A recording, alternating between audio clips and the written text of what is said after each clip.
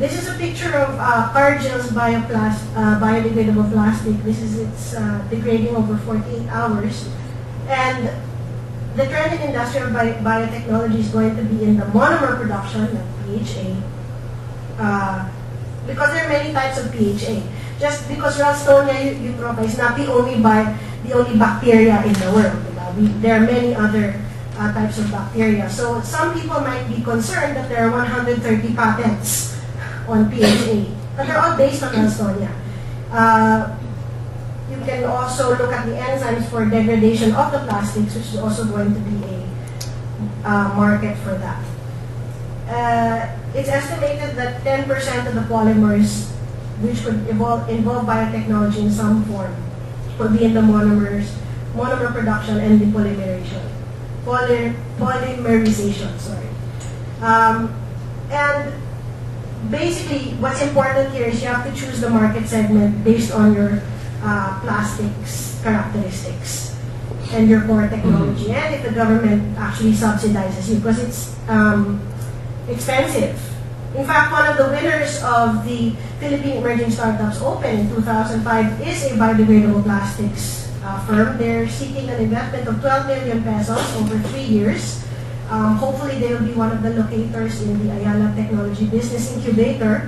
And this is a sample of the biodegradable plastics made from Bacillus megatherium. As I said, Ralstonia is not the only bacterium in the world. So we have Bacillus megatherium that's producing this. Hopefully, we'll also get other workhorses to produce this bacteria.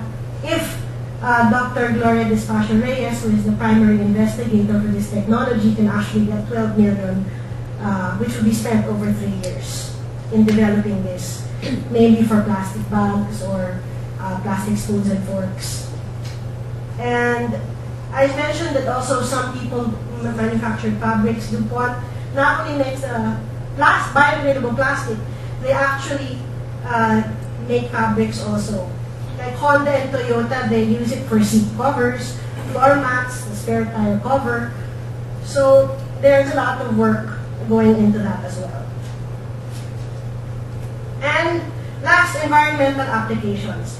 The problem with environmental applications is it's always the last on the list of companies. Let me look at my bottom line first. And if something can make it cheaper, fine. And if it happens to be environmentally friendly, all the better. It's good PR. Venture capitalists do not want to invest usually in these technologies, primarily because even though you make a lot of money, it would take you an incredibly long time to make that money. So there have not been a lot of investments in these technologies, even though they would be very, very helpful, such as bioleaching from our mining sites, for example, biosensors for testing. And also, we will also be looking at bioremediation for the Pasig River, phytoremediation, having plants and microorganisms do the janitorial work for us.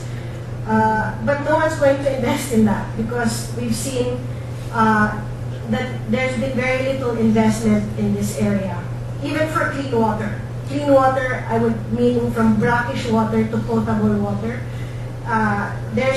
There have been very, very few companies focusing on this, primarily because of the long development times and the long time to market or time to pay back for venture capitalists. So, although I wanted to promote, again, one of our companies here in the Philippines, which has been, actually they didn't even know they were in industrial biotechnology when we told them that they're actually classified as industrial biotech. This is Ecosystems Technology. They have been doing this for the last 10 years with 100% success rate. And the reason they have been successful is because they actually save on your electricity bill up to 50%. In an unnamed set of malls, the malls that they did, the ones in Pampanga, I think North EDSA, not the ones in Ortigas A and Ortigas B. So, you know already the one I'm talking about. But for the non-ESTI, Ecosystems Technology sewage treatment plants, they were spending 2.5 times on electricity.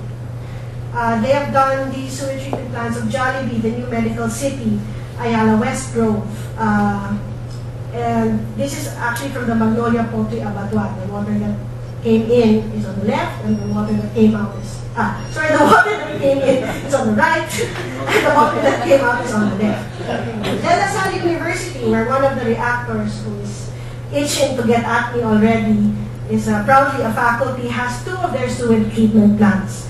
The water that comes out is so clean that they use it to water their football field.